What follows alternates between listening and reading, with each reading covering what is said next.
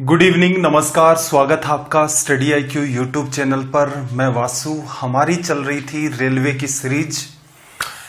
Railway series का आज हमारा डे 37 है। हमने एक टारगेट लिया था कि रेलवे के कंप्लीट मैथ के सिलेबस को हम 90 डेज में कवर करेंगे। चैप्टर हमारा चल रहा था रेशियो या फिर अनुपात। रेशियो चैप्टर की आज ये हमारी क्लास 4 है। क्लास स्टार्ट करने से पहले एक जरूरी बात, ये आपको दिख रहा है टेलीग्राम पर आप जाएं, वहां सर्च करें Vasu study IQ। Vasu study IQ एक अपना चैनल है। यहां पर आपको डेली बेसिस पर एक तो क्लास की लिंक मिल जाती है, प्लस में जो कुछ भी मैं आपको यहां पढ़ा रहा हूं उन सब की PDF भी आपको यहीं पर मिलती है। प्लस में बीच बीच में मैं यहां पर पोस्ट करता हूं एग्जाम रिलेटेड इंपॉर्टेंट इंफॉर्मेशन और आपके नोट्स। नीचे वाला पार्ट आपको दिख रहा होगा Vasu study IQ doubt group. ये अपना एक डाउट ग्रुप है। यहां पर आप अपने एग्जाम रिलेटेड जितने भी डाउट्स हैं उनको भेज सकते हैं। चलिए भाई, सेशन स्टार्ट करते हैं अपना। Question number 657। अब तक की जितनी भी क्लासेज हुई हैं उनमें 656 सवाल अपने कंप्लीट हो चुके हैं। ये अपना है क्वेश्चन नंबर 657। इसने क्या कहा कि एक आदमी अपने 2 महीने की आय 3 महीने के समय में खर्च करता है। यदि उसकी मासिक आय 6,000 रुपए है तो उसकी वार्षिक बचत कितनी है। अब इसकी पहली लाइन को थोड़ा सा अंडरस्टैंड करना। 2 महीने की आय 3 महीने के समय में खर्च करता है। अब अगर हम लोग टारगेट करें 3 महीनों को, 3 मंथ्स को अगर मैं टारगेट करूं, 3 महीने में भाई कितने रुपए कमाएगा। 3 महीने में हर महीने 6-6 हजार के हिसाब से कुल मिलाकर के ये आदमी 18,000 रुपए कमा लेगा। फिर इसने एक बात कही कि अपने 2 महीने की जो इनकम है उसे वो 3 महीने में खर्च कर देता है। 3 महीने में खर्च कितना करेगा भाई, ये तो इसकी इनकम हो गई। अगर मैं एक्सपेंडिचर की बात करूं, इसका जो खर्च या फिर व्यय है उसकी बात करूं, तो जितना इसने 2 महीने में कमाया, हर महीने 6,000, तो 2 महीने में इसने कितने कमाए भाई, 12,000 रुपए। तो यहां से आप कह सकते हैं कि इन 3 महीनों के दौरान इसकी बचत कितनी, 18,000 कमाए, 12 खर्च कर दिए, 6,000 रुपए इसकी बचत है। हर 3 महीने में 6,000 की बचत। साल में ऐसे 3-3 महीने कितनी बार बनेंगे, 4 बार। तो यहां से आप इसे मल्टीप्लाई कर दो 4 से, तो आपका रिजल्ट क्या आ जाएगा, 24,000। सवाल इतना आसान है, आप अगर थोड़ा सा भी प्रयास करें तो पूरा सवाल माइंड में हो सकता है। कैसे? 3 महीने में 18 कमाए, 3 महीने में 2 महीने में जितना कमाए वो खर्च कर दिया। तो इसका मतलब आप क्या कह सकते हैं, 2 महीने में 12,000 कमाए, खर्च 3 महीने में 18 कमाए, 6,000 बचाता है हर 3 महीने। ऐसे साल में 3-3 महीने के 4 गैप आप बना सकते हो। तो 6,000 गुणा में 4, 24,000 आपका रिजल्ट आ गया। पेन तक टच करने की नीड नहीं थी।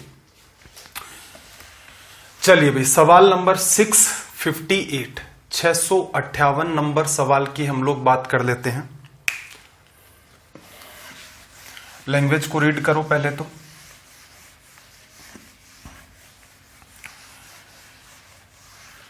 देखो 658 में इसने क्या कहा कि x की आय y की आय का 3/4 है। x की जो इनकम है वो y की जो भी इनकम है उसका 3/4। x का खर्च y के खर्च का 4/5 है। x की आय y के खर्च का 9/10 है। x और y की बचत का अनुपात ज्ञात करें। अब देखना जरा, यहां पर एक आदमी आपके पास x है और एक आदमी आपके पास y है। सबसे पहले हम लोग टारगेट करते हैं इनकम को। तो यहां इसने छोटी सी बात कही कि x की जो आय है वो बराबर किसके है, y की इनकम का 3/4। अब एक बात बताओ, ये बात तो पीछे भी सिखा चुका हूं मैं, ये आप सीधे सीधे भी तो लिख सकते हैं कि x/y आप लिख ले जाते, क्योंकि x बराबर y का 3/4, तो x/y लिखते 3/4 होता। x की इनकम कितनी होती, 3, और y की इनकम कितनी होती, यहां से 4 लिखा जा सकता है। तो ये पार्ट आपको अलग से सोल्व करने की नीड नहीं थी, क्योंकि ये एक आसान सा पार्ट है। क्या लिखते सीधे सीधे, x/y का रेशियो 3/4, x की इनकम 3 और y की इनकम 4। अगली बात इसने दी है एक्सपेंडिचर की। खर्च में इसने क्या कहा कि x का खर्च y का 4/5, x बराबर है y का 4/5। x बाई वाई लिखोगे तो 4/5 आएगा। इसका मतलब x अगर 4 रुपए खर्च करेगा उस केस में y कितने खर्च कर देगा भाई? 5 रुपए। एक रिलेशन और दिया इसने, x की आय y के खर्च का 9/10 है। क्या कहा? x की जो इनकम है, x जितने भी पैसे कमाता है वो पैसे y के खर्च का, y और y के नीचे इसका एक्सपेंडिचर, इसके खर्च का कितना है भाई? 9/10। देखना जरा, x की आय y जितना भी पैसा कमाता है इसका कितना है? 9/10। अब यहां पर कुछ आप डेटा ऐसा सेट करो जिसकी वजह से ये सारा मामला आसान हो जाए। तो बेटर क्या रहेगा भाई?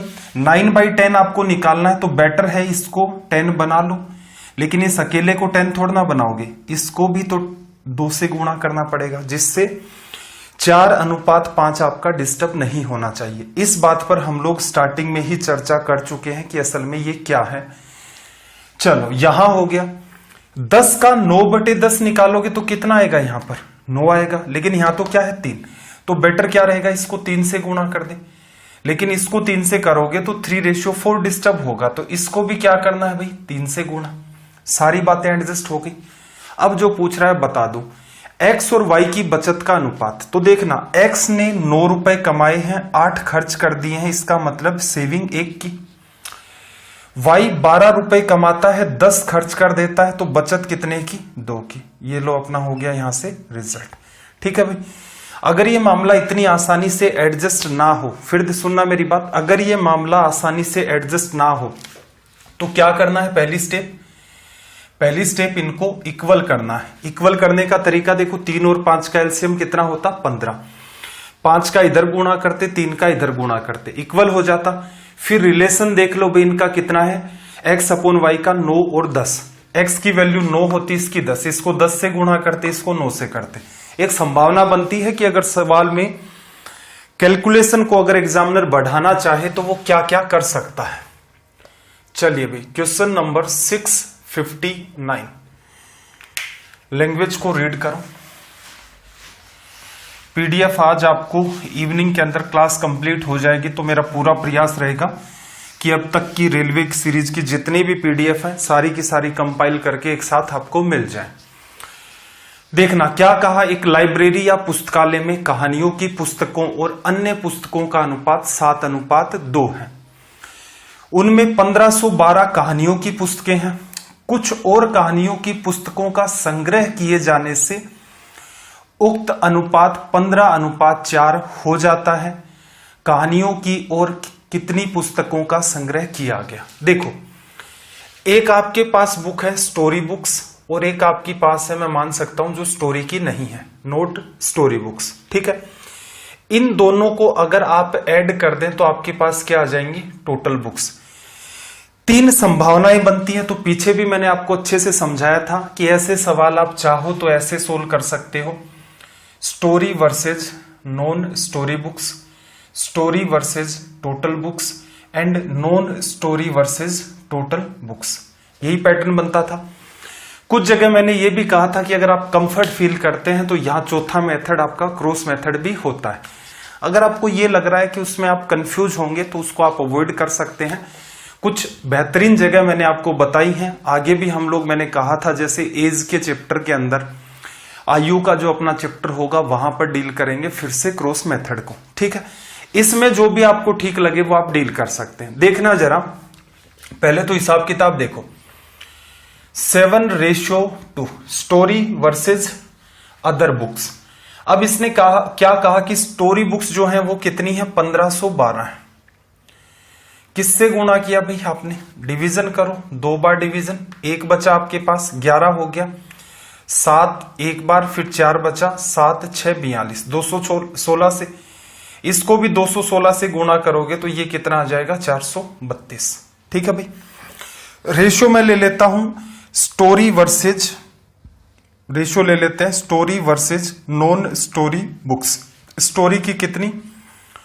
1512 अपोन में नॉन स्टोरी की बुक्स कितनी 432। अब आगे की बात पर आ जाते हैं। कुछ और कहानियों की पुस्तकों का संग्रह किए जाने से कहानियों की कुछ किताबें लाए हम लोग x, स्टोरी बुक्स लाए। यह अनुपात 15:4 हो जाता है। कहानियों की और कितनी पुस्तकों का संग्रह किया गया। सिंपल सी बात समझो, ये स्टोरी बुक्स हैं, ये नॉन स्टोरी बुक्स हैं। अलग से आप क्या लाते हैं, आप लाते हैं अलग से स्टोरी की बुक्स, x आ गई। नॉन स्टोरी लाए, नहीं लाए भाई, अगर लाए होते तो बताता। अब स्टोरी वर्सेस नॉन स्टोरी या अदर बुक्स का रेशो ये बन रहा आपका। चलो सोल्व कर दे, देखना जरा। ये 4 तो कट जाएगा क्योंकि लास्ट के 2 डिजिट में भाग जा रहा है, तो ये कितना आ गया 108। ठीक है भाई, यहां पर मैं लिख देता हूं 1512 प्लस x बराबर 108 को 15 से गुणा करोगे 15 8 120, 2 प्लेस फिल कर दी मैंने 15 और एक आपका 16। x की वैल्यू यहां से निकाल रहे हैं, इसको लेस कर दो। 20 में से 12 चला गया 08, 16 में से 15 चला गया 1, तो रिजल्ट क्या आ गया भाई अपना 108। ठीक है, अब थोड़ा ठीक ठीक प्रयास करें अगर, तो यहां से शुरुआत हो सकती है। अगर कंफर्ट नहीं फील करते हैं इसको लेकर के, तो एक बात आप एक्स्ट्रा में लिख सकते हैं, और बाकी 3 मेथड सीधे सीधे बनते हैं। जो भी आपको कन्वीनियंट लगे आप उसे प्रीफर करें। चलिए भाई, सवाल नंबर 660। लैंग्वेज को रीड करो सबसे पहले तो। आपके पास 15 सेकंड का टाइम है इस सवाल को सोल्व करने के लिए, क्योंकि ऐसे सवाल हम लोग कर चुके हैं और कर भी रहे हैं।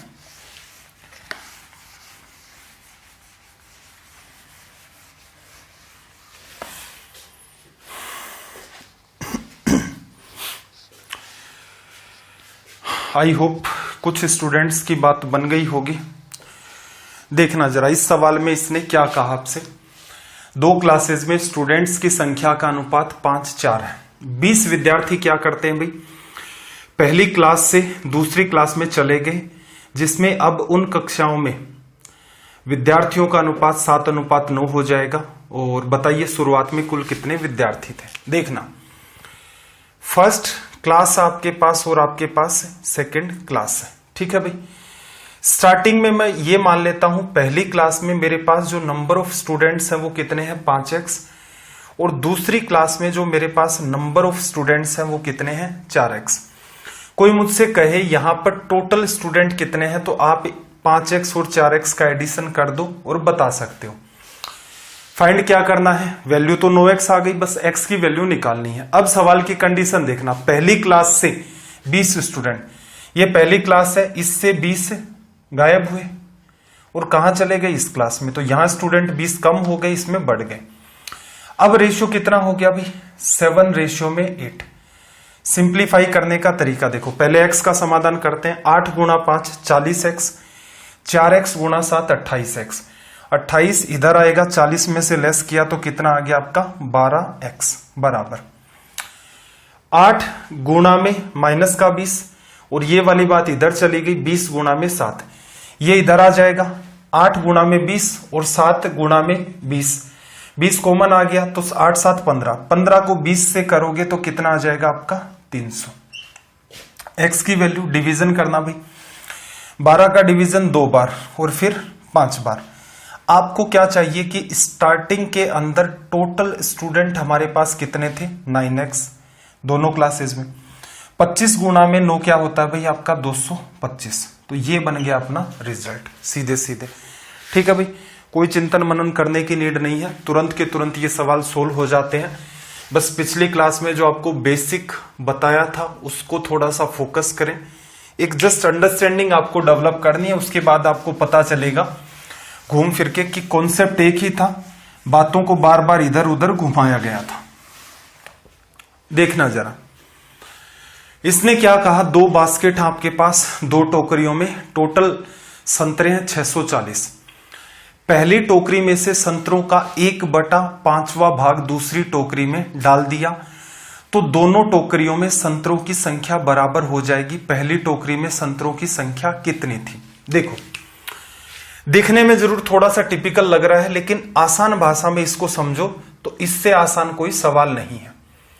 2 बास्केट ले ली मैंने, 2 टोकरियां मेरे पास। अब देखो मुझे क्या करना है, दूसरी टोकरी का कितना निकालना है 1/5 और किस में डालना है, इसके अंदर डालना है। बेटर क्या रहेगा, आप शुरुआत के अंदर इसमें कितने संतरे मानते हो 5, ठीक है भाई। 5 का 1/5 देखना जरा, 5 का 1/5 मतलब कितना 1 इधर चला गया। इसके पास कितने बचे 4 संतरे।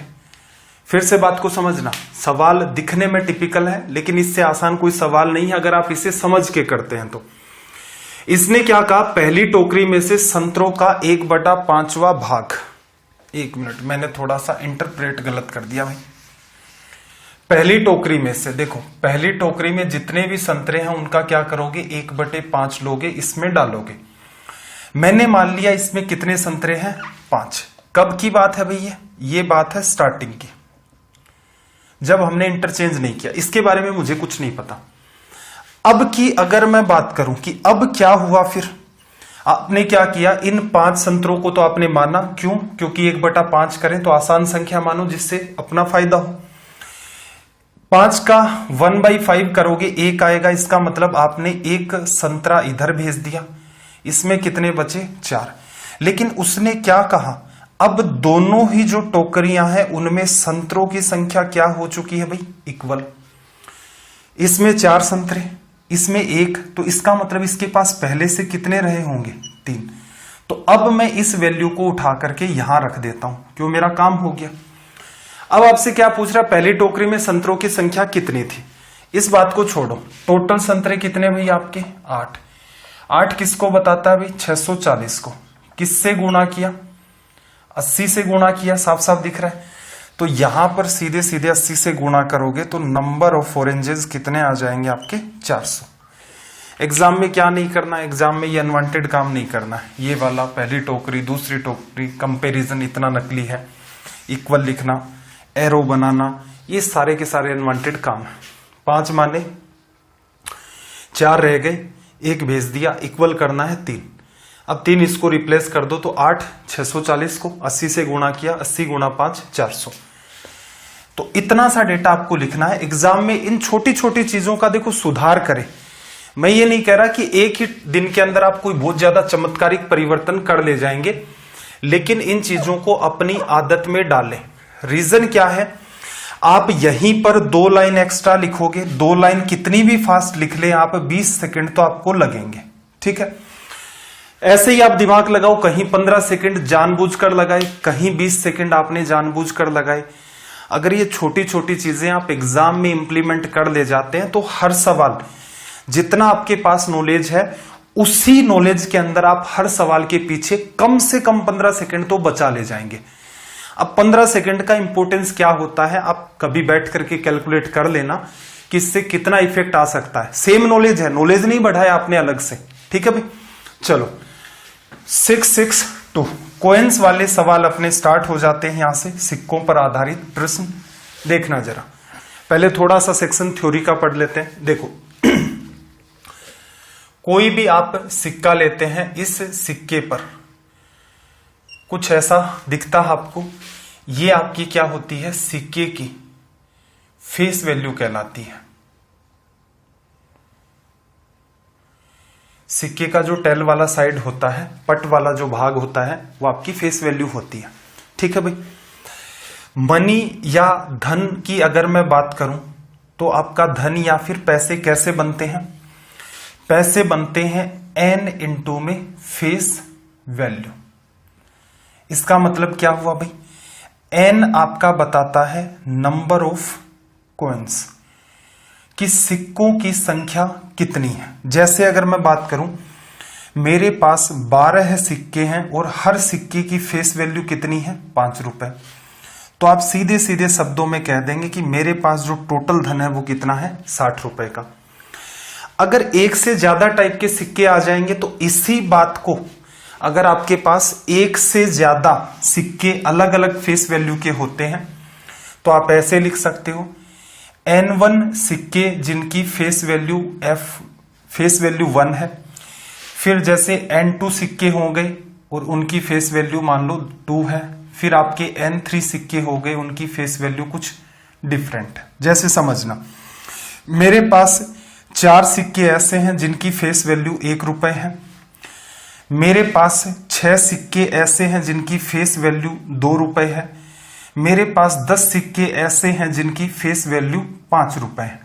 तो असल में देखा जाए तो ये बेसिक सा कॉन्सेप्ट है, यहीं से घूमता रहता है और ये कोई अलग बात नहीं है, अपने आम जीवन का हिसाब किताब है। टोटल मनी कितनी भी 50, 12 62 और 4 66। तो आप कह सकते हैं आपके पास कितने रुपए हैं, 66 रुपीज। ठीक है भाई। अब देखना सवाल इतने से ही कॉन्सेप्ट पर आपके बनते रहते हैं बार बार बार बार। अब इस बात का विशेष ध्यान रखेंगे। पहले मैं चलो इस बात को लिख देता हूं। मनी जो है आपकी वो कैसे बनती है, नंबर ऑफ कॉइन्स इनटू में आपकी फेस वैल्यू। ठीक है भाई। सवाल पर आ जाते हैं। एक बक्से में 180 रुपए है, टोटल मनी की बात कर रहा है, जो कि 1 रुपया 50 पैसे और 25 पैसे के सिक्कों के रूप में है। सिक्कों की संख्या का अनुपात 2 3 4 है, तो 50 पैसे के सिक्कों की संख्या ज्ञात करें। एक तो इन सवालों में इस बात का आप ध्यान रखेंगे कि लेफ्ट और राइट साइड में अगर इधर रुपए लेकर चल रहे हैं तो इधर भी रुपए ही लेकर के चलें। ठीक है। अगर यहां पर आपने पूरा धन पैसे में लिया है तो इधर भी आप पूरा का पूरा धन जो है वो पैसे में ही लें। अगर ऐसा नहीं करेंगे तो कैलकुलेशन बिगड़ेगी।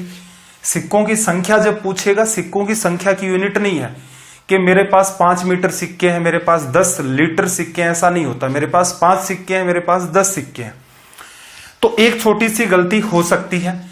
मैं प्रीफर करूंगा कि ये लगभग जितने भी सवाल हैं आप प्रयास करें कि सारी चीजों को रुपए में कन्वर्ट कर लें। ये कैलकुलेशन को आपकी को आसान कर देगा। पैसे में करेंगे तो थोड़ी सी कैलकुलेशन कई बार, क्योंकि आपको 2 जीरो लगाने पड़ते हैं। 1 रुपए बराबर 100 पैसे। तो जैसे आप कन्वर्ट करते हो तो लिखने में थोड़ा सा आपका टाइम चला जाता है। चलो भाई, सिक्कों की संख्या देखना जरा। पहले केस में सिक्के हैं मेरे पास 2, मैं इनको मान लेता हूं 2x। आपका मन करे 2 लेकर के चल लें, कोई फर्क नहीं पड़ेगा, लास्ट में कंपैरिजन करें। ठीक है, उससे रिजल्ट आ जाएगा। एकदम कंफ्यूजन खत्म करना चाहते हैं, 2x सिक्के हैं आपके 1 रुपए के, तो रुपए धन कितना बनेगा भी, n सिक्कों की संख्या गुणा फेस वैल्यू 1 रुपए, प्लस आगे सिक्के कितने आपके पास 3x, 3 थे ना, 2:3:4, मैंने माना 2x 3x 4x। ये कितने के हैं 50 पैसे के। 50 पैसे को क्या लिख सकते हो 1/2 रुपए, ये भी रुपए में, ये भी रुपए में। फिर देखना नंबर ऑफ कॉइन्स 4x, 25 पैसे मतलब 1 रुपए का चौथा हिस्सा, और कुल धन कितना बना 180 रुपए। सिंप्लीफाई करें तो देखो ये पार्ट तो इससे कट गया। ठीक है भाई, 2x और x 3x हो गया। 3x में आप जोड़ोगे 3/2। 3/2 क्या होता है 1.5। 3 में आपने 1.5 जोड़ा 4.5 हो गया। 4.5 को लिखना चाहें अगर वैसे लिखते हो तो 9x / 2। ठीक है, आपका मन करे एलसीएम लेकर ले लो, कोई जल्दबाजी नहीं है। 2 एलसीएम आ गया, 4 3 7 2 9, 9x/2। सोल्व करो भाई, कितनी बार कटा ये आपका 20 बार। x बराबर 20 गुणा 2 आपका 40। 50 पैसे के सिक्के ये वाले ही तो हैं आपके, ये वैल्यू उठाओ यहां रिप्लेस कर दो। 40 गुणा 3, 120 आपका हो जाएगा रिजल्ट। कोई एक्स्ट्रा दिमाग नहीं लगाना, छोटी सी बात है, इसी से अपना काम चल जाएगा। चलिए भाई, सवाल नंबर 663, सवाल नंबर 663। प्रयास करो कि सीधे सीधे निपटा डालो।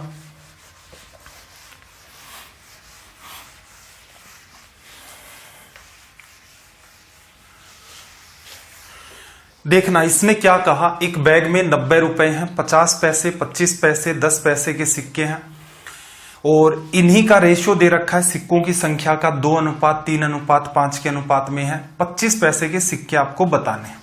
देखना जरा, मैं सिक्कों की संख्या 2:3:5 है, इसे 2x 3x 5x ले लेता हूं कि कंफ्यूजन ना हो। बाकी आप 2 3 5 लेकर के भी चलेंगे तो भी कोई फर्क नहीं पड़ेगा। ठीक है भाई, चलो 2x सिक्के हैं 50 पैसे के। 50 पैसे को क्या लिखोगे आप 1/2। सिक्कों की संख्या को फेस वैल्यू से गुणा करते हो, मनी बनती है। आगे आपके पास सिक्के कितने हैं भाई 3x, किससे गुणा करोगे आप 25 पैसे, तो 1/4, तो मैं सीधे डिवीजन में लिख देता हूं। फिर आपके पास कितने सिक्के हैं 5x, 10 पैसे के हैं, 10 पैसा मतलब 1/10 रुपए, अपोन में 10 आ गया, इक्वल में कितने रुपए भाई 90 रुपए।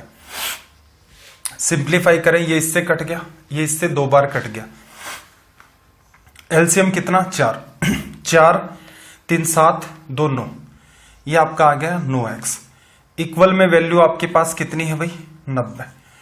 9 से तो 9 कट गया आपका, 10 को आप गुणा करोगे 4 से तो 40। आपसे उसने पूछा क्या है भाई 25 पैसे के सिक्के, ये 50 पैसे के हैं, ये वाला जो पार्ट आपको दिख रहा है ये 25 पैसे के सिक्के हैं। x की वैल्यू यहां से रखोगे 40 गुणा 3 120, ये आपका यहां से हो गया रिजल्ट 663। चलिए भाई अगले सवाल की तरफ मूव करते हैं। सवाल नंबर 664, क्वेश्चन नंबर 664। लैंग्वेज को रीड करो।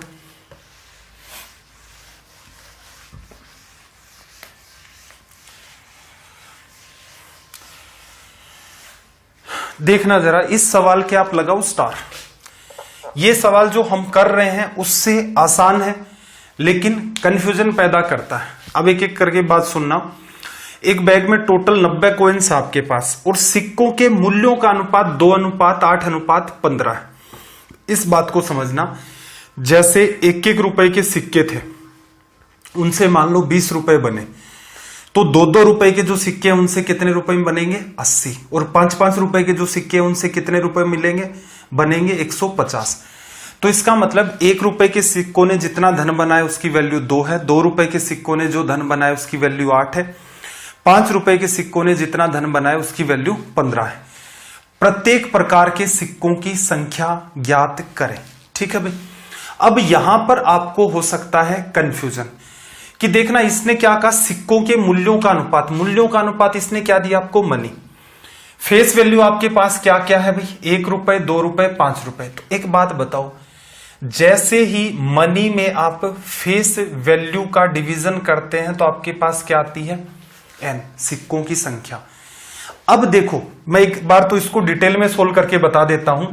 मैंने मान लिया एक धन मेरा 2x बना, दूसरा धन मेरे पास कितना बना 8x बना, और तीसरा धन मेरा कितना बना 15x बना। ठीक है भाई। ये किसको रिप्रेजेंट करता है मनी को। फेस वैल्यू क्या थी मेरी, फेस वैल्यू मेरी थी 1 रुपया था, अगली फेस वैल्यू कितनी है मेरी 2 रुपए, उससे अगली फेस वैल्यू मेरी कितनी है 5 रुपए। ये कुछ सिक्के आए, क्या किया जितना धन बना उसमें फेस वैल्यू का डिवीजन किया, सिक्कों की संख्या। ये 1 रुपए के सिक्के हैं। ठीक है भाई। ऐसे ही 8x रुपए तो टोटल बने अपने, 2 फेस वैल्यू थी, फेस वैल्यू का जैसे ही डिवीजन करोगे ये सिक्कों की संख्या, कौन से सिक्के 2 रुपए के सिक्के। ऐसे ही ये 5 रुपए के सिक्के आ जाएंगे और कुल सिक्के हैं कितने आपके पास 90। देखना ये 4 बन गया, ये आपका 3 बन गया, 4 3 7 2 और 9, 9x की वैल्यू कितनी भाई 90, x की वैल्यू 10। प्रत्येक प्रकार के सिक्के, प्रत्येक प्रकार के सिक्कों की अगर हम लोग बात करें तो सिंपल सी बात है, इस वैल्यू को यहां पर आप रखते जाओ x की जगह। ये किसको बताता है सिक्कों की संख्या को। 20 रुपए बने 1-1 की वजह से, तो ये 20 सिक्के। ये देखना जरा 80/2, तो ये 4x बना था तो ये 40 सिक्के, और ये 3x बचा था तो ये आपके 30 सिक्के। ठीक है। ये पार्ट कंफ्यूजन क्रिएट कर देता है। अमूमन मैंने ऑफलाइन में इस बात को ऑब्जर्व किया, हालांकि मुझे देखने में ऐसा कुछ लगता नहीं इस सवाल में, लेकिन फिर भी मेरा एक्सपीरियंस ये कह रहा है कि इस नकली सवाल में भी बच्चे कंफ्यूज हो जाते हैं, इसलिए इस पर स्टार लगा लेना। अब थोड़ा सा एग्जाम अप्रोच की तरफ मूव करते हैं कि इतना डिटेल में करने की नीड नहीं थी। ठीक है भाई। और कमेंट करके बताना क्या सच में मेरा एक्सपीरियंस सही कह रहा है कि यहां बच्चे कंफ्यूज होते हैं पहली बार में देख करके। देखो फेस वैल्यू, मनी के अंदर फेस वैल्यू का डिवीजन करोगे सिक्कों की संख्या आएगी। मनी देखना कितनी दे रखी है 2:8:5। अब एक बात बताऊं, मैं इस मामले को रेशियो में ही पड़ा रहने देता हूं। मनी 2x 8x 15x ले लोगे, x तो वैसे ही कट जाएगा, तो एग्जैक्ट लेने की नीड नहीं है। फेस वैल्यू 1 रुपए 2 रुपए 5 रुपए का डिवीजन करोगे, रुपए से रुपए कट जाएंगे, तो इसका मतलब मनी 2 रुपए फेस वैल्यू 1, 2 में 1 का डिवीजन किया 2 आ गया। 8 में 8 मनी बनी, 2 फेस वैल्यू है, डिवीजन करोगे मनी में फेस वैल्यू का सिक्कों की संख्या 4, 15 में 5 का डिवीजन करोगे सिक्कों की संख्या 3, 4 3 7 2 9, 9 किसको बताता है भाई? 90 को।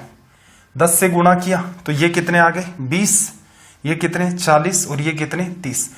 मेरे हिसाब से ये सवाल यहीं खत्म हो जाता है।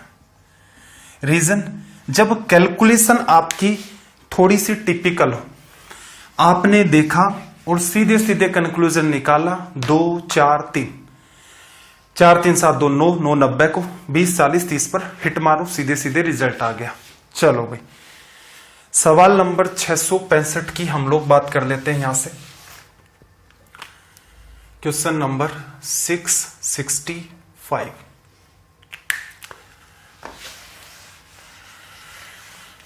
देखना जरा, यहां इसने क्या कहा, एक बैग में 90 रुपए हैं, 50 पैसे, 25 पैसे और 10 पैसे के सिक्के हैं। अनुपात क्या है? 2:3:5। वही नकली सा सवाल आ गया। एक तो होमवर्क रख ही लेते हैं। चलो, ये सवाल आपके होमवर्क में, इसका क्या ले करो आप, जल्दी से स्क्रीनशॉट ले लो। ठीक है भाई, स्क्रीनशॉट ले लो इसका जल्दी से। सवाल नंबर 666, 666।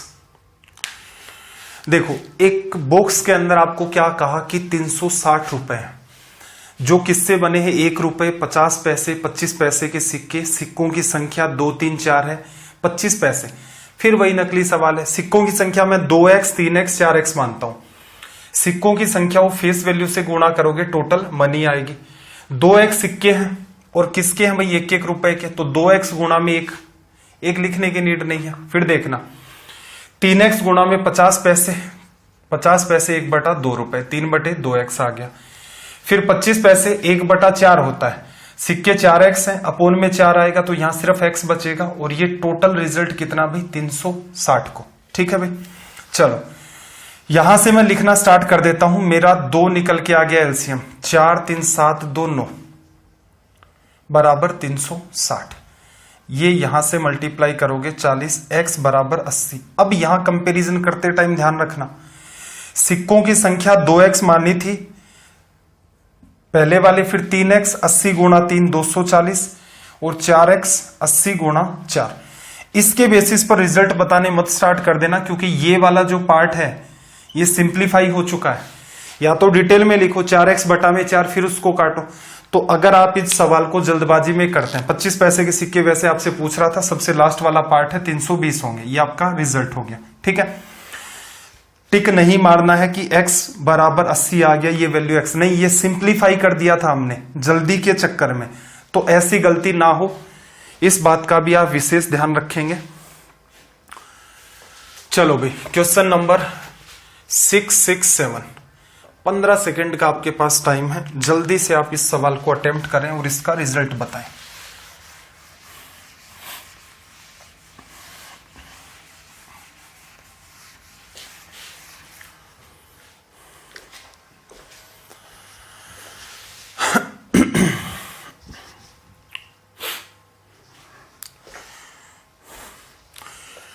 देखो, इसने क्या कहा, एक संदूक या बॉक्स है, उसमें 1 रुपए, 50 पैसे और 25 पैसे के सिक्के हैं, 3:2:5 के अनुपात में, जिनका योग 252 रुपए है। पैसों का संदूक में 25 पैसे वाले सिक्के। देखो सिंपल, नंबर ऑफ कॉइन्स कितने हो गए? 3x 2x 5x, face value 1 रुपए, 1/2 रुपए, 1/4 रुपए। सीधे सीधे लिखो। देखो 3x सिक्के किसके हैं? 1 रुपए के, प्लस नंबर ऑफ कॉइन्स को फेस वैल्यू से गुणा करोगे, मनी आ गई। फिर आपके पास 2x कॉइन कौन से हैं? 50 पैसे वाले, 1/2 रुपए। फिर आपके पास 5x कॉइन कौन से हैं? 25 पैसे, 1/4 रुपए वाले। और कुल कितने भाई? 252 रुपए। 25 पैसे के सिक्कों की संख्या पूछ रहा है, इसकी वैल्यू आपसे पूछ रहा है, 5x की वैल्यू क्या होगी? सिंप्लीफाई कर देना। देखो 3 और 2, ये तो कट ही गया, सॉरी 2 से 2, 3x और x, 4x हो गया, 5/4, 4 एलसीएम आ गया, 4 गुणा 4 16 और 5 21, 21x divide by 4 equals to, sorry equals to 252। देखना 21 से काटा आपने, एक बार 4 बचा, 21 2 42, x की वैल्यू 12 4 48। आपको ये वैल्यू चाहिए थी 48 गुणा 5, 5 से गुणा करना सिखाया ना कि एक जीरो लगा दो, 2 का भाग दे दो, 240। फिर बात को समझना, 48 को जैसे 5 से गुणा करना था, किसी भी नंबर को 5 से गुणा करना है तो आप इस बात को ऐसे भी तो लिख सकते हो भाई, 48 गुणा में 10/2, 5 को मैंने 10 बना लिया तो 2 का डिवीजन कर देंगे। अब इससे फायदा क्या होता है, 480 डिवाइड बाई 2 ही करना है मुझे, 240। या यूं कहूं 5 से जब मुझे गुणा करना है, इसके जीरो लगा के 2 का भाग दे दो। तो हमेशा ध्यान रखना, जैसे कोई मुझसे कहे 168 को 5 से गुणा करो, तो मैं सीधे सीधे कह सकता हूं भाई 840 रिजल्ट आएगा। क्या किया, सीधे सीधे मैंने क्या किया, एक जीरो लगाया और 2 का भाग दे दिया। अगर आप वैसे करते 5 गुणा 8 40, 5 गुणा 6 30 और 4 34, 5 और 3 8, टाइम किल होता आपका। तो ये जो छोटे छोटे पार्ट है, मेरा प्रयास रह रहा, हालांकि हम लोग अब कब चलेगी अपनी आप देखने को लेकर, अगर थोड़े से सीरियस हो जाएं तो मैं कैलकुलेशन सीरीज भी करवा दूं, जिससे बैंक वाले बच्चे और स्पेशली एसएससी के जो स्टूडेंट, क्योंकि वहां नंबर ऑफ क्वेश्चंस ज्यादा होते हैं, टाइम कम होता है, तो उनको अच्छी खासी हेल्प मिल जाए। लेकिन आप भी क्या है कि इन चीजों को सीरियस नहीं लेते, मतलब पूरे से अभी इतने दिन हो गए, कभी कभार ऐसा होता है कि प्रीमियर चल रहा है, 100 से ऊपर स्टूडेंट देख रहे हैं, बड़ी विडंबना की बात है। अभी तक मेरे ख्याल से मैंने लेक्चर डाल दिए होंगे 140 के आसपास, तो क्या ऐसा भी नहीं पढ़ाया कि 101 लेक्चर के पीछे एक बच्चे को तो ढूंढ के ले आए जो मैं जैसा कह रहा हूं वैसा पढ़ रहा है? तो ये भी विडंबना वाली बात है। और बात हम लोग इसलिए भी नहीं करते क्योंकि स्टडी आईक्यू का कोई भी टीचर आप देख लो, यहां हो हल्ला करके पढ़ाया ही नहीं जाता है। ठीक है भाई, कि चीखना हो गया, चिल्लाना हो गया, ट्रिक है ट्रिक है ट्रिक है, ऐसा कर दो वैसा कर दो, ये कर दो वो कर दो, लाइक कर दो लाइक कर दो लाइक कर दो, शेयर कर दो वो कर दो, ठीक है, ऐसा चमत्कारिक पढ़ा देंगे, ये कर देंगे, कमाल कर देंगे। बीच में आपको एकदम ऑथेंटिक गाइड किया जाता है, जैसे पीछे भी मैंने कुछ क्लासेस में कहा था कि आप उस हिसाब से पढ़िए, जिस भी एग्जाम की तैयारी करते हैं उसके प्रीवियस ईयर क्वेश्चन पेपर करिए। ठीक है, रेलवे की तैयारी कर रहे हैं, रेलवे की अपनी सीरीज चल रही है, रेलवे के सवाल देखें, किसी किताब की बात नहीं माने। राइटर कुछ भी है, जैसे इधर उधर रैंडम कोई पीडीएफ घूमती हुई आपको दिख रही है, या कोई आपके पास किसी सवाल का स्क्रीनशॉट भेजता और ये कह देता है ये रेलवे का सवाल है, नहीं, उस पर विश्वास नहीं करना। रेलवे के ऑथेंटिक पेपर हैं, वो वेबसाइट से आप डाउनलोड करें, उन पेपर्स को देखें कि रिसेंट में एग्जाम का ट्रेंड क्या रहा है। किसी किताब की नहीं माननी, किसी यूट्यूब चैनल वाले की नहीं माननी, किसी और की नहीं माननी, पेपर ढूंढो, एक एक पेपर उठा करके देखो, पूरा बारीकी से उसका अध्ययन करो, उसको देखकर आपको क्या लगता है वो सबसे सही आपकी रणनीति होगी।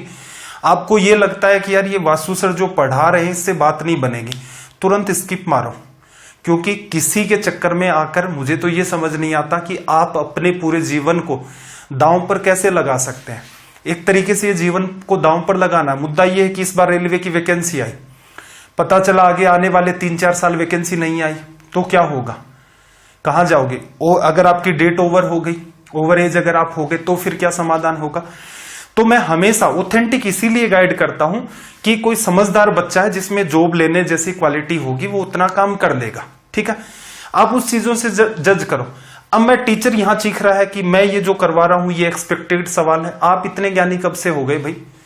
आपको एक्सपेक्टेड सवाल दिखने स्टार्ट हो गए, आप तुरंत ये कहिए कि भाई ऐसा पैटर्न है और इस पर भी सवाल आते हैं। लेकिन ऐसा कोई सीधा सेटिंग मेरी तरह कोई टीचर कह देगा, फिर आप थोड़ा ना देखोगे उनको, वो आप सोचोगे नहीं यार ये बात नहीं है। अगर यहां हर सवाल में मैं ये कहूं कि इन्हीं से ही रेलवे का पेपर बनेगा, तब आपको लगेगा हाँ ये चमत्कारिक है, चाहे इससे आधे ही सवाल करवा दो, इनसे और नकली सवाल करवा दो।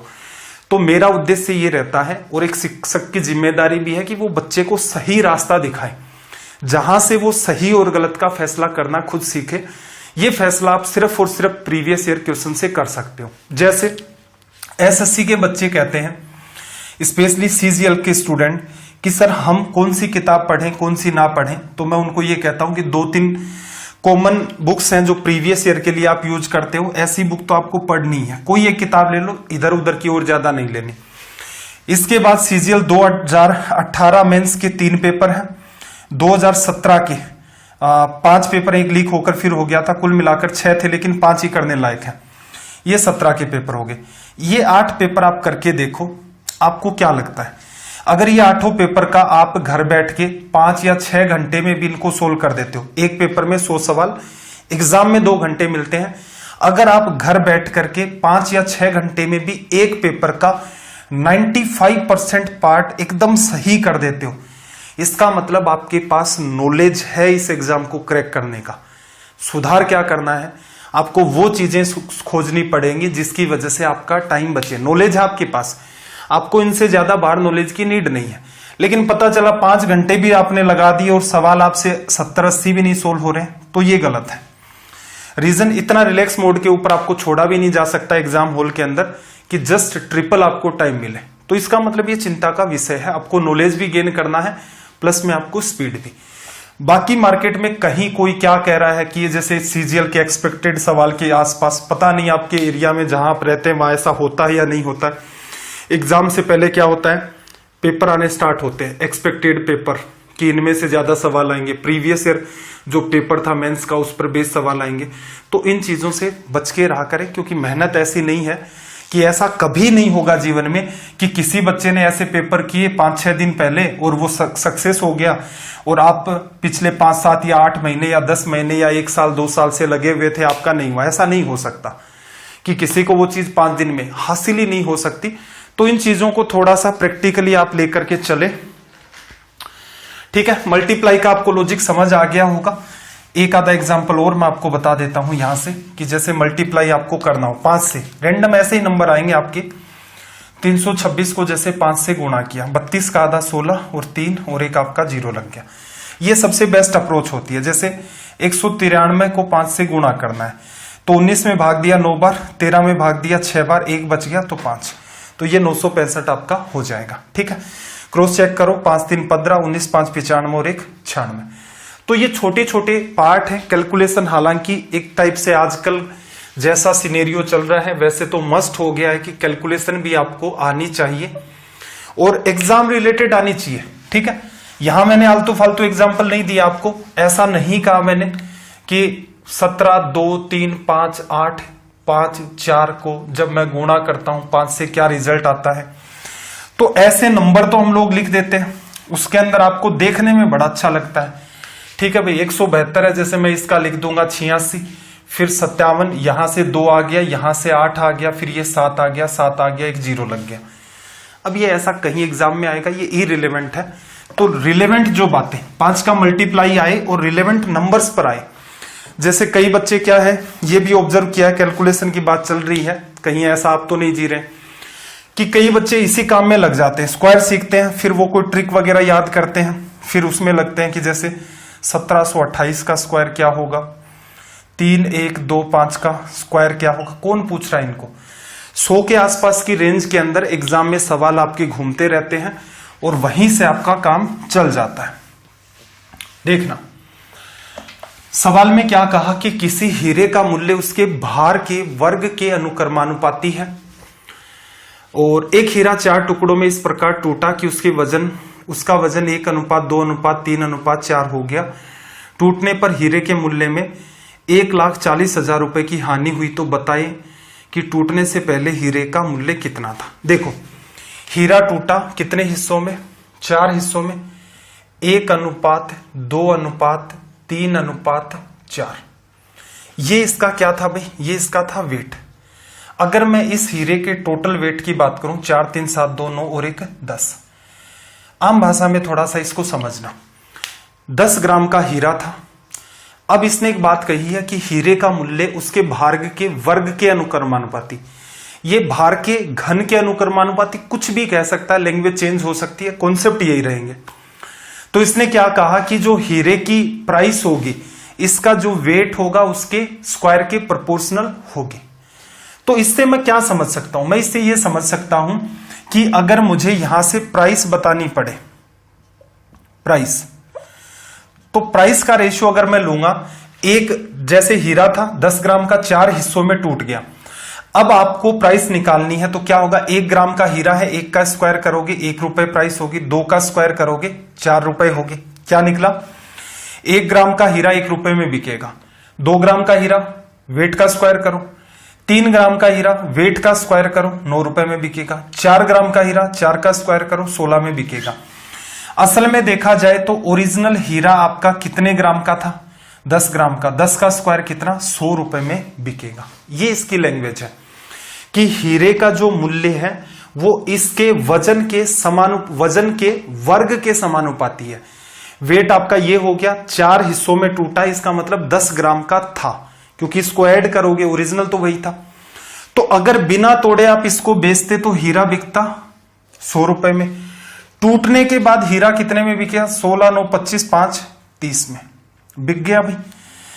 हीरा 10 ग्राम का होता 100 रुपए में बिकता, 4 टुकड़ों में टूटा हीरा 30 रुपए में बिका। तो इसका मतलब साफ साफ दिख रहा है यहां पर 70 रुपए का क्या हुआ? लॉस। 70 किसको बताता है भाई? 140,000। के का मतलब किलो। कई बार जब जीरो लगाने का मन नहीं करता है तो के लिख देते हैं। 1000 जैसे 5K का मतलब क्या होता है, बात को समझना। 5K मतलब 5 किलो या 5000। तो 1,40,000 क्या होता है? 140,000। किससे गुणा किया भाई? 2K से। अब आपसे क्या पूछ रहा है, बताइए टूटने से पहले हीरे का मूल्य कितना था? तो 100 को भी कर दो भाई 2K से, सॉरी 2K है ना। 100,000 को 2000 से गुणा, 100 को 2000 से गुणा किया, कितना आ जाएगा आपका? 2 लाख। ये आपका रिजल्ट आ गया। अब प्रयास करते तो इस सवाल का ऑलमोस्ट पार्ट आप माइंड में डील कर सकते थे, ऐसा करना संभव था। चलिए भाई सवाल नंबर 669। लैंग्वेज को रीड करो और थोड़ा सा अटेम्प्ट करने की कोशिश भी करो कि बात तक पहुंच पा रहे हो या नहीं। 669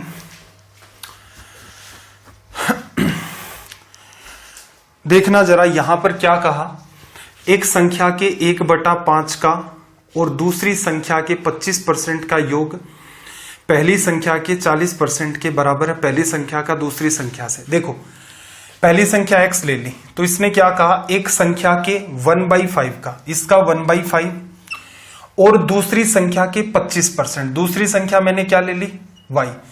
y का 25% निकालोगे तो 1/4 हो जाएगा। इन दोनों का योग सम कर दिया। बराबर किसके बताया? पहली जो संख्या है x मानी है उसका कितना? 40%, क्या होता है? 2/5। पहली और दूसरी संख्या x/y निकालना है तो थोड़ा सा दिमाग लगाना भाई। यहां से क्या होगा, ये पार्ट इधर चला गया, 5 एलसीएम है, ये 2x से x चला गया तो x बचेगा। y/ में क्या आ गया भाई आपके पास? 4। तो यहां से आप x/y लिखोगे तो x के नीचे जो वैल्यू है वो x की होगी, y के नीचे जो वैल्यू है वो y की होगी। तो अपना रिजल्ट क्या आ गया भाई? यहां से 5:4। ठीक है, चीजों को सिंप्लीफाई करने की कोशिश करो, उससे आपके रिजल्ट है वो बेहतर आने स्टार्ट होंगे। सवाल नंबर आपका 670 670।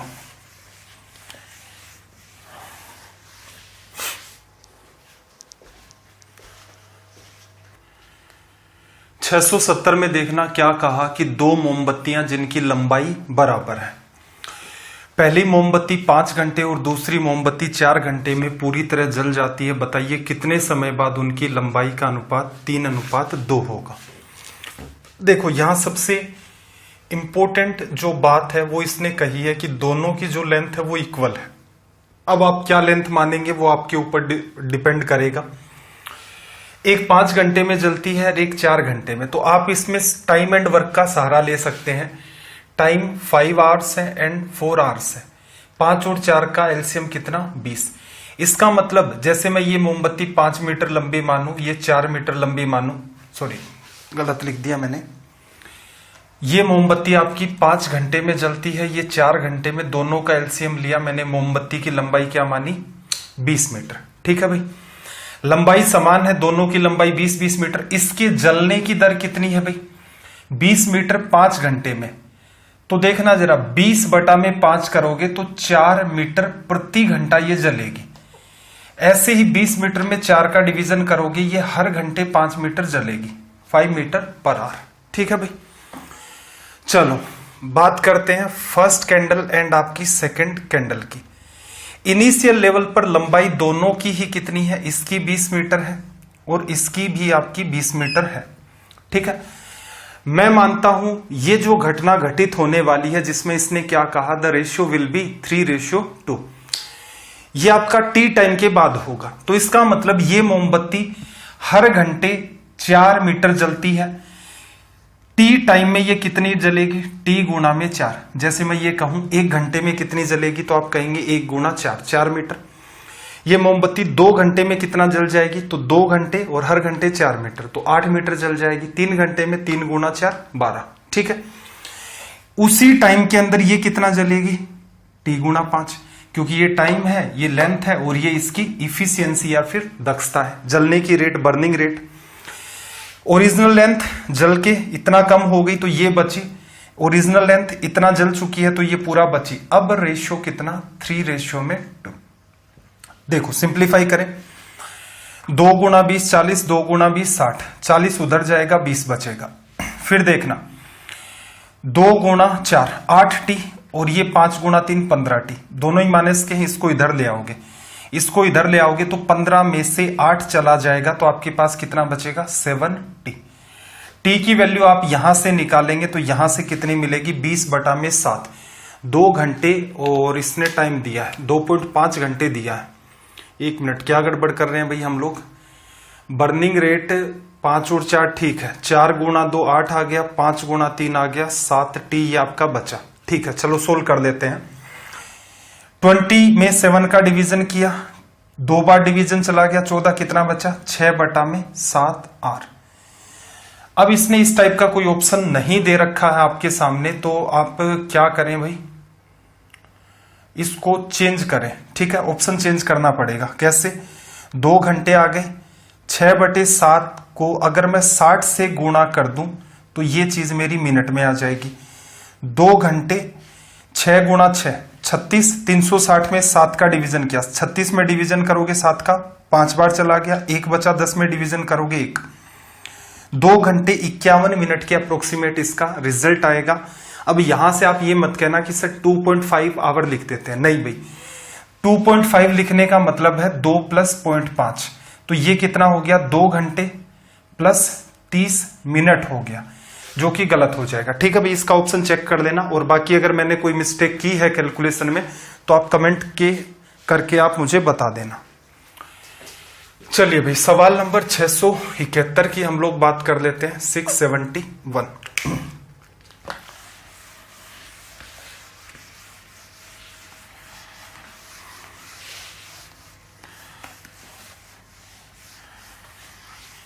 देखना जरा, इसने क्या कहा कि x और y ऐसी 2 संख्याएं हैं जिनका माध्य अनुपात, कई बार लैंग्वेज हिंदी की बड़ी ही कलिष्ट कर देता है, मतलब समझने के अंदर इतनी सुविधा नहीं रहती है, तो वहां आप क्या करें, इंग्लिश का सहारा लें।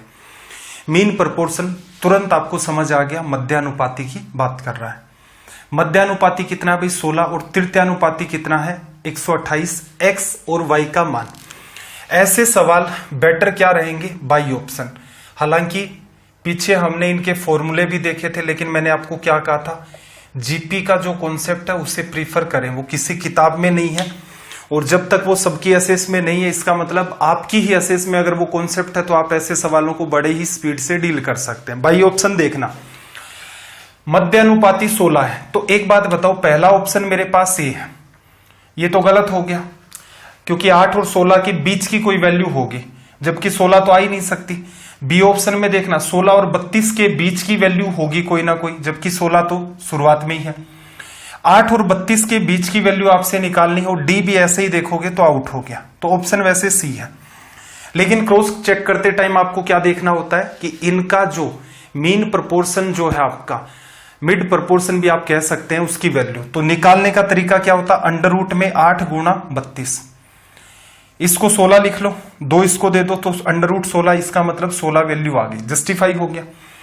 थर्ड प्रपोर्शन देखना, 8 और 32 का थर्ड प्रपोर्शन क्या बताया था, 8 गुणा में 4, 4 गुणा है तो इसको भी 4 गुणा करोगे तो ये 128, तो ये भी जस्टिफाई कर रहा है।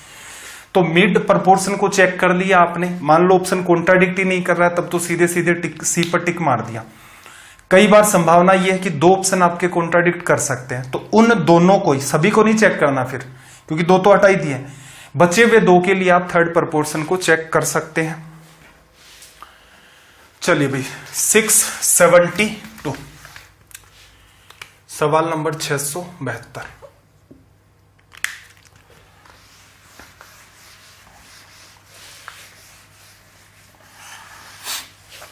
सिक्स 672 में देखो इसने क्या कहा, दो ऐसी संख्याओं को ज्ञात करें जिनका औसत आनुपातिक 18 और तीसरा अनुपाती 144 है।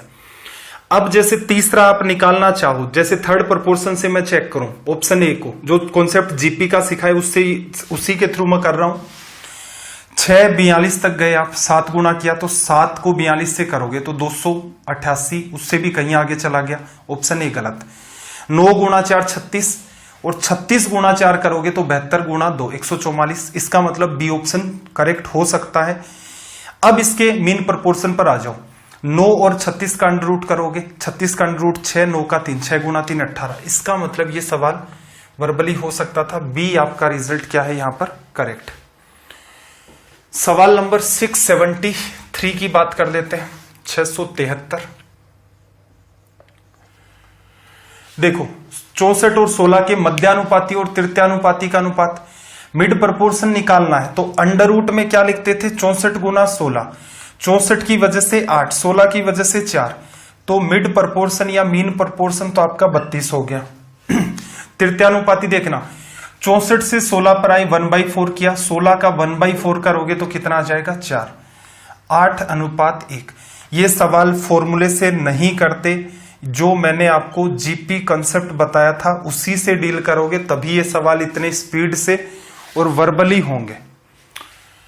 चलिए भाई सवाल नंबर 674, सवाल नंबर 674, लैंग्वेज को रीड करें। देखो इसने क्या कहा, तीन संख्याओं का सम जो है 252 है। यदि पहली संख्या दूसरी संख्या से 3 गुनी और तीसरी संख्या पहली संख्या की 2/3 है तो दूसरी संख्या क्या होगी। असल में देखो एडजस्टमेंट आपको यही करना है, पहली संख्या दूसरी संख्या की 3 गुनी, पहली जो संख्या है वो दूसरी संख्या को अगर मैं 1 मानूं तो इसका कितने गुना, 3 गुना, पहली संख्या दूसरी संख्या। फर्स्ट नंबर सेकंड नंबर से 3 टाइम्स है, और तीसरी संख्या पहली संख्या की 2/3 है, इसका 2/3 करोगे पहली का 2/3, 3 से 3 कट जाएगा 2 आ जाएगा। तीनों का अगर मैं सम करूं तो 6 आ गया, 6 किसको बताता है मेरा 252, किससे गुणा किया 4 और 2 42 से। क्या पूछ रहा है भाई दूसरी संख्या, तो ये क्या आ गई आपकी सीधे सीधे 42, ये आपका यहां से हो गया रिजल्ट, इजी वे में कर सकते थे।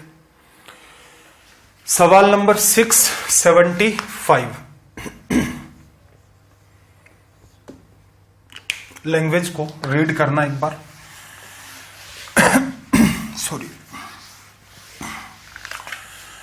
देखो यदि 3:2:5 के अनुपात में 3 संख्याएं जिनके वर्गों का योग तो उनके बीच वाली संख्या, ऐसे सवालों में सवाल इसलिए इंपॉर्टेंट है कि जब भी कभी स्क्वायर करते हो तो असल में 3 का स्क्वायर करते हो वो 3 गुणा 3 है, तो आपको मैंने क्या कहा था, ऐसे केसेस में हमेशा x को शामिल कर लें, सीधे रेशियो से ना डील करें, सवाल गलत हो जाएगा। तो पहला नंबर मैंने 3x माना, स्क्वायर किया तो कितना आ गया मेरा 9x²। दूसरा नंबर मैंने 2x माना, स्क्वायर किया 4x²। तीसरा नंबर मैंने 5x माना, स्क्वायर किया 25x²। सबका सम किया यहां से 25 4 29 और 9 38 आ गया आपका x², बराबर किसके भाई 1862। सोल्व करने का प्रयास करें, देखना ये 40 के आसपास है, तो लगभग हम लोग किससे गुणा कर सकते हैं, यहां पर 4 से। 4 से आप काट दोगे तो देखना 4 से काटा तो 38 को 4 से करना, 2 गुणा 2 मान लो, 38 गुणा 2 76 गुणा 2 152, 152, और यहां पर आप डिफरेंस लोगे 152 के साथ यहां डिफरेंस लोगे तो आपका कितना आ जाएगा 34, फिर 2 है। 38 से फिर काटना है तो देखना ये लगभग 40 है, 40 को अगर मैं 8 से करता हूं तो 320 आता है, 9 से करता हूं 360 के आसपास, तो 2 कम भी चल रहा है, तो इसका मतलब 9 से ट्राई करो, 9 गुणा 8 72, 9 3 27 और 7 34, 9 से कट गया।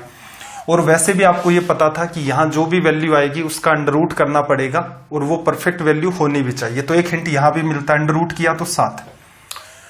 बीच वाली संख्या यहां थी क्या, 4x, 4 गुणा 7 28। यहां से अपना क्या हो गया, रिजल्ट लिखा जा सकता है। क्या गड़बड़ की भाई हमने, सॉरी, बीच वाली 4x नहीं थी, बीच वाली संख्या थी 2x, तो रिजल्ट आ गया अपना 14, लिखा जा सकता है।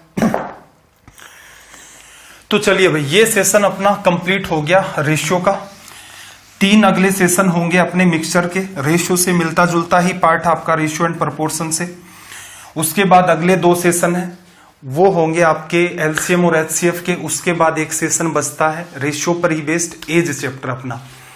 ये चैप्टर किस सीक्वेंस में चल रहे हैं, 90 डेज का स्टडी आईक्यू ने क्या प्लान किया, तो ये एक एक बात वहां जहां से मैंने ये सीरीज स्टार्ट की थी आपको एक पीडीएफ दी थी और उसमें ये बताया था कि ये चैप्टर होगा, फिर ये होगा, फिर ये होगा, इस सीक्वेंस में चीजें चलेंगी। अपनी तैयारी को बेहतर बनाना चाहते हैं तो स्टडी आईक्यू ने कंप्लीट आपके लिए प्लान कर रखा है। जीके और करंट अफेयर के लिए आप विपन सर को फॉलो कर सकते हैं, डेली बेसिस पर उनकी 2 या 3 क्लासेज होती हैं। वितुल सर रीजनिंग की भी क्लास लेते हैं, मैथ्स की भी क्लास लेते हैं, 6 से 7 जैसे मेरी क्लास रहती है, फिर 7 से 9 वितुल सर की क्लास रहती है।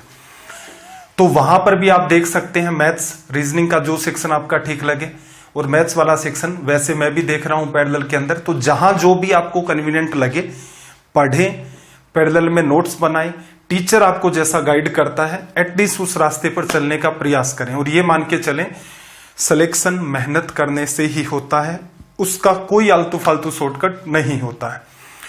सेशन कैसा लगता है कमेंट करके जरूर बताया करें, अच्छा लगता है तो भी कमेंट करें, अगर आपके कोई सुझाव हैं तो भी आप कमेंट करें, प्रयास करेंगे उनको निकट भविष्य में हम सुधारने का। चलिए फिर, आपका दिन रात सब मंगलमय हो, मिलते हैं अगली क्लास में। जय हिंद, जय भारत।